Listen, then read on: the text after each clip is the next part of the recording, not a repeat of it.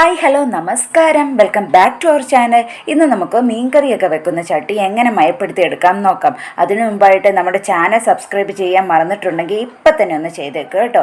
ബെല്ലൈക്കണും ക്ലിക്ക് ചെയ്യണേ, എങ്കിൽ മാത്രമേ പുതിയ വീഡിയോസ് ഇടുമ്പോൾ അതിൻ്റെ നോട്ടിഫിക്കേഷൻസ് കിട്ടത്തുള്ളൂ. ഓക്കെ, അപ്പോൾ നമുക്ക് വീഡിയോയിലോട്ട് പോകാം.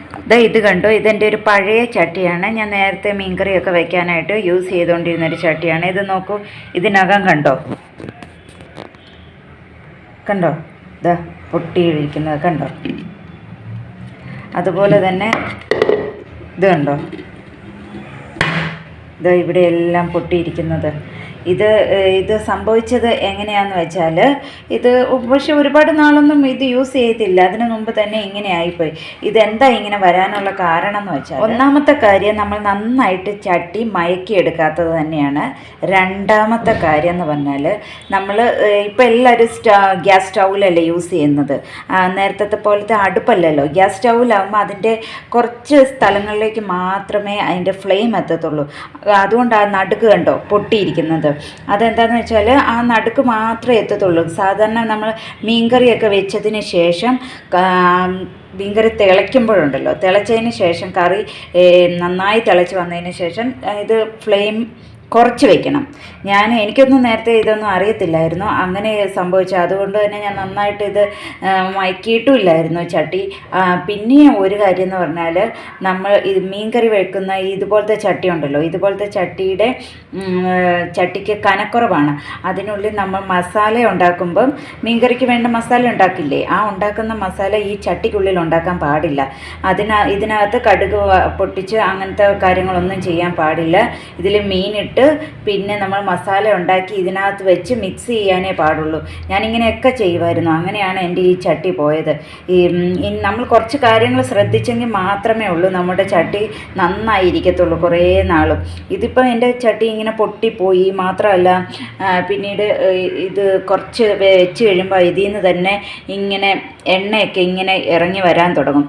ഇങ്ങനെ ഇത് പോയി. ശരിക്കും പറഞ്ഞാൽ ഇത് ഇനി യൂസ് ചെയ്യാൻ സാധിക്കില്ല. ഞാനിപ്പോൾ ഇത് മീൻ വാഷ് ചെയ്യാനായിട്ടൊക്കെ സാധാരണ ഇത് യൂസ് ചെയ്തുകൊണ്ടിരിക്കുന്നത്. അപ്പോൾ എല്ലാവരും അതൊന്ന് ശ്രദ്ധിക്കുക.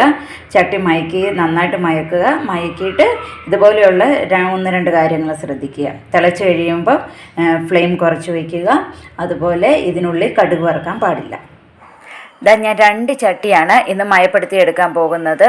ഒന്ന് മീൻകറിയൊക്കെ വെക്കുന്ന മോഡൽ ഒരു ചട്ടിയും, ഒന്ന് ചീനിച്ചട്ടി പോലത്തെ ഒരു ചട്ടി. നമുക്കപ്പം ഇതെങ്ങനെ മയപ്പെടുത്താമെന്ന് നോക്കാം. ആദ്യം നമുക്ക് അതിനായിട്ട് ഈ ചട്ടി ഒന്ന് ഇതുപോലത്തെ ഒരു സ്ക്രബ്ബർ വെച്ചിട്ട് കഴുകിയെടുക്കാം. ഇത് സോപ്പോ ഡിഷ് വാഷ് ജെല്ലോ ഒന്നും ഇടണ്ട, വെറുതെ വെള്ളത്തിൽ കഴുകിയെടുത്താൽ മതി. ഞാനിപ്പോൾ കഴുകിയിട്ട് വരാം. ഇത് കണ്ടോ, ഞാൻ ചട്ടി ഇതുപോലെ ഒരു പാത്രത്തിലോട്ട് ഇറക്കി വെച്ചിട്ടുണ്ട്. ഇനി നമ്മൾ ചട്ടി നെക്കൊക്കെ കഞ്ഞിവെള്ളം ഒഴിച്ചു കൊടുക്കണം. അത് ഒരു ദിവസത്തെ കഞ്ഞിവെള്ളം കിട്ടിയില്ലെങ്കിൽ 2-3 ദിവസത്തെ കഞ്ഞിവെള്ളം കളക്ട് ചെയ്ത് വെച്ചിട്ട് ഒഴിച്ചു കൊടുക്കാവുന്നതാണ്. ഞാനിതിലേക്ക് നമ്മൾ നേരത്തെ കളക്ട് ചെയ്ത് വെച്ചിരുന്ന കഞ്ഞിവെള്ളം ഒഴിച്ചു കൊടുക്കുകയാണ്. ഇതിപ്പോൾ 2-3 ദിവസത്തെ കഞ്ഞിവെള്ളമുണ്ട്, അതുകൊണ്ട് തന്നെ ഇത് കുറച്ചൊക്കെ കട്ടയാണ്. നമുക്ക് കുറച്ച് വെള്ളം കൂടെയൊക്കെ ഒഴിച്ച് നമുക്കത് നെഗറ്റി ആക്കി കൊടുക്കാം. അതിനുശേഷം ഇതിങ്ങനെ തന്നെ ഒരു 3 ദിവസം വെച്ചേക്കുക. അതിനുശേഷം 3-ാമത്തെ ദിവസം നമുക്കിത് എടുക്കാം.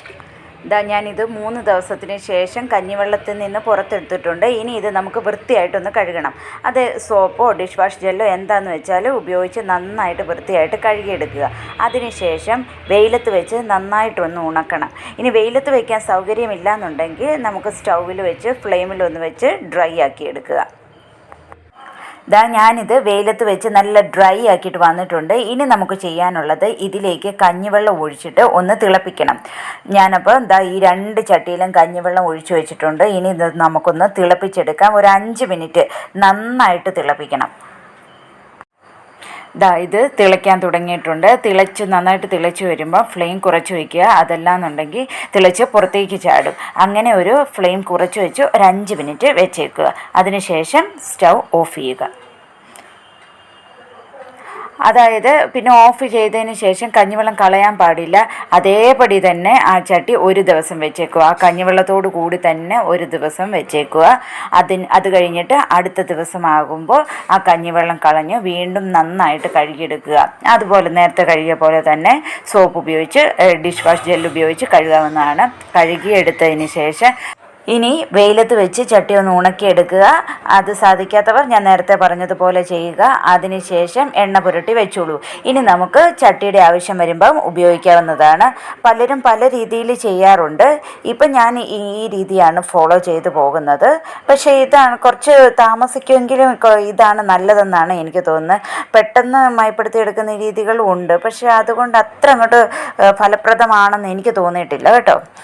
അപ്പോൾ എല്ലാവർക്കും വീഡിയോ ഇഷ്ടപ്പെട്ടാൽ ലൈക്ക് ചെയ്യുക, ഷെയർ ചെയ്യുക, പിന്നീട് സബ്സ്ക്രൈബ് ചെയ്യാൻ മറക്കാതിരിക്കുക. Okay, thank